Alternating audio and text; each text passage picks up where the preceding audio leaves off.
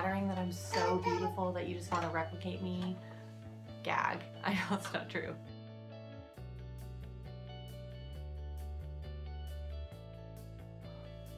Hey guys, welcome back to my channel. Today I wanted to make just a really quick story time video.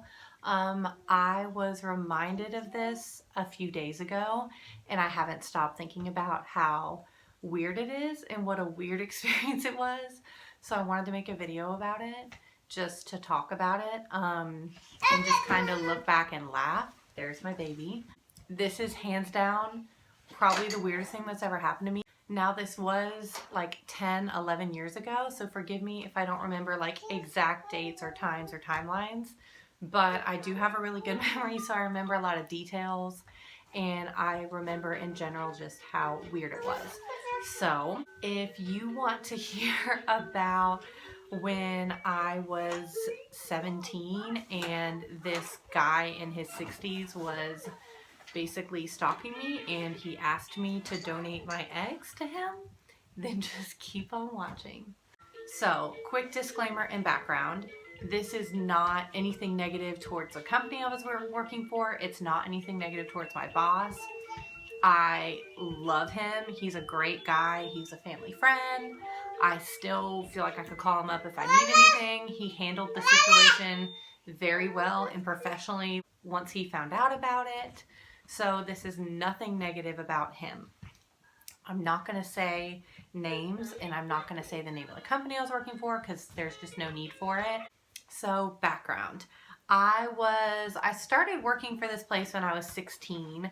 I might have been 15, about to turn 16. It was like the summer before my 16th birthday. And it's a store where you can ship packages. We also had mailboxes, kind of like a P.O. box, but not a P.O. box because it wasn't the post office. And sold like kind of office supplies, shipping supplies, that kind of thing. I worked there during the summers full time and I worked there part time during the school year. I would just go after school and work like 3:30 to close, and on the weekends, whatever, saving up money to pay for college. It is a smaller business and it was not super busy except for around like the holidays, obviously, big shipping times. Like there were like little spurts of it being busy, but it was never like super busy just consistently throughout the year. So there were a lot of times where I was there alone. I was the only person in the store. I was opening or closing. I was the only person there. That is important later. So I can't remember if the first time this guy came in, I was alone, but so I was working at this store and this older guy comes in like at the youngest, he was in his late 50s, probably early 60s. And he's like, I want to open a mailbox for my business. We had like small, medium, large. He wanted the biggest size mailbox. I'm going to be getting a lot of mail. I'm opening this new business in the area. It's going to be really close to here, like within half a mile. I want to open a mailbox here. Okay, great. We go through all the paperwork and everything. He's really friendly. I'm friendly because I'm trying to sell this mailbox to him and because it's my job to be friendly. And he comes in, opens the mailbox, tells me his name, introduces himself, blah, blah, blah. That's the end of it. He starts coming in to check his mail. He comes in pretty frequently. About every time I work, I see him at some point checking his mail. Maybe 2 or 3 weeks into this like pattern happening of him coming in, checking his mailbox, he starts to linger for a while after he's done checking his mail or whatever. Just like hanging out at the counter, talking to me. And I can't really say, hey, I gotta go, I'm really busy, because we weren't busy. No one was coming in. I didn't have anything to do really in the back. It was like, you could see straight back to the back of the store. So he could see if I just walked back there, was like, hey, I have to go package some stuff, and there's nothing there to be packaged. He could very easily see that I didn't have anything to do. And I wasn't comfortable just like going, holding myself up in the bathroom, because then there'd be no one up front if customers came in or anything, and that's not really safe. So I have to be friendly to him. He's a customer. He's making us money every month because he has one of the mailboxes. It's not like he's just one creepy guy coming in to ship something one time. So he starts coming in and staying for literally like 2 hours every time, just like talking, telling me about his life. And his story that he told me was that he just moved here to open this business, and I'll talk to you about this business in a minute. to open this business. I'm new to your city. I've never lived here before. I don't really know much about it. Why don't you tell me about it? Blah, blah, blah. And I'm like, well, I really know about this area. When I started working at this place, I didn't even have my driver's license yet. My mom was just dropping me off and picking me up. So I didn't even really know my way around. I live in Knoxville, Tennessee. I'm like, I really only know West Knoxville. That's where I live. I go to high school, like right up the street. I can't tell you all about Knoxville. And this is the first creepy thing. He's like, well, I'd just really love for you to show me around. What if I hired you to be like a tour guide? I'll pay you like $200 an hour. What? Why? For what? He said, I'll pay you $200 an hour to ride around with me in my convertible and show me your favorite places in Knoxville and teach me about Knoxville. And me being like a 16, 17-year-old, that's a lot of money. Even now, if someone's like, I'm going to pay you $200 an hour for something, I'm not to think about that. So he offers to pay me $200 an hour to ride around in his car. So, of course, I'm like so sheltered and naive. I'm like, well, I'm going to have to ask my parents about it, but I'll get back to you. And he's like, oh, well, I mean, just no pressure, blah, blah, blah. The second I said parents, he's like, I mean, so I go home that night and I tell my parents about it. And my dad is like, excuse me, what? This older man said he's going to drive you around for $200 an hour? Absolutely not, and absolutely not. So... And he basically explained to me how creepy that was and how I shouldn't want to do that, which I didn't want to do that. I was getting really creepy vibes from this guy, but I'm like, $200 an hour just to ride around in a convertible sounds pretty good to me. I told him I don't know anything about Knoxville, but he's like, exactly. You told him you don't know anything about Knoxville and he still wants you to be his tour guide.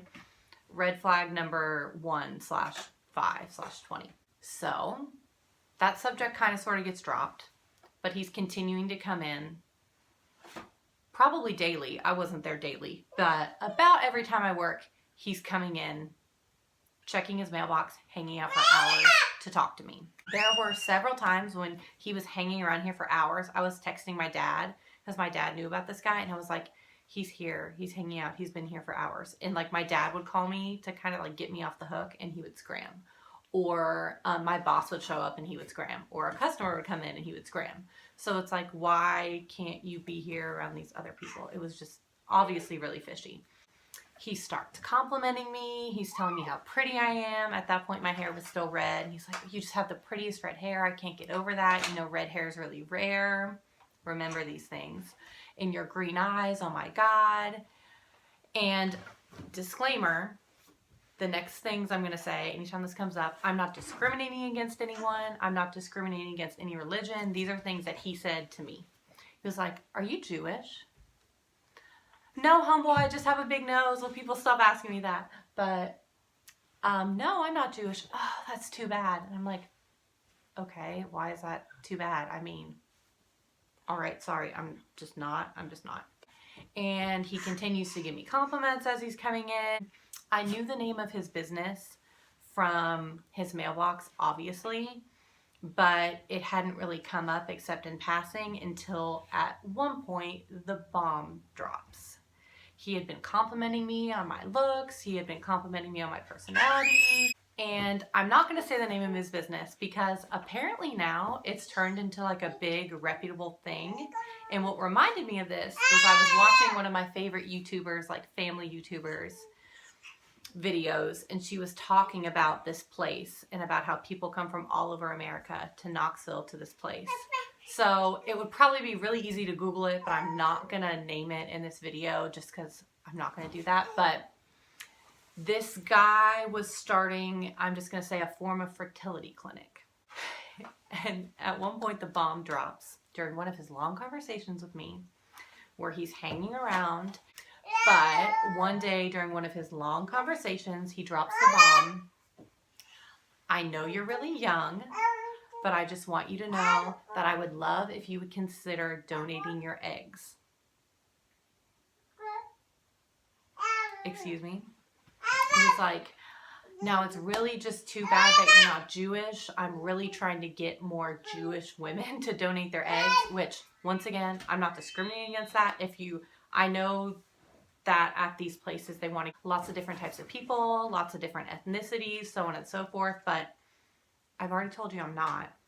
It's like, but even despite that, I would still love for you to donate your eggs. I said, well, I'm only 17.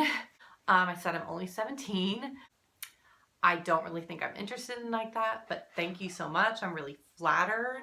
And he just kept bringing it up. Like, let me just give you some information about it. Let me just tell you about it. Like, it was so creepy. And it got really creepy when he started coming in, checking his mail, and then he would go sit in his car and just sit in his car for hours outside of the store. No, it didn't like escalate to the point that he showed up at my house or something. He did ask me several times like, oh, what area do you live in? You know, I'm looking at houses. What neighborhood do you and your parents live in? Creepy. I just said like, oh, just West Knoxville, because I do not need this dude knowing where I live. And he would throw this in several times like, oh, I know a lot of private investigators. A lot of my friends are private investigators. I have to use that in my business to find out stuff about people. And at this point I was driving and I would close a lot. We closed pretty early, like I want to say like 7 or 8. But he would just be out there as I'm closing. So there were several times I had my dad come and just sit and wait for me so that I could leave and get in my car and then we'd go off together because it was just so weird. So eventually, after a few times of him coming and just sitting out in his car in the dark, and I felt like he was waiting for me to leave, I had mentioned him to my boss, but I honestly can't remember if I talked to him about it or my dad called him, but he eventually like talked to this guy and was like, listen, Lindsay's only 17. You're kind of crossing the line. You really can only have a professional relationship with her, but you've made her really uncomfortable. I'd appreciate it if you would just come in, check your mail, and leave. And from that point out, that's what happened. Okay, I forgot to include in the video that after my boss confronted him, the next time he came in, he gave me the world's most awkward apology. He was like, I'm so sorry. I can't believe I made you uncomfortable. I thought we were on the same page. I would never want to make you uncomfortable. I thought we were friends. And he cried, and it was so uncomfortable because I'm like, dude, the whole point of that was that you were making me uncomfortable, and now I am even more uncomfortable.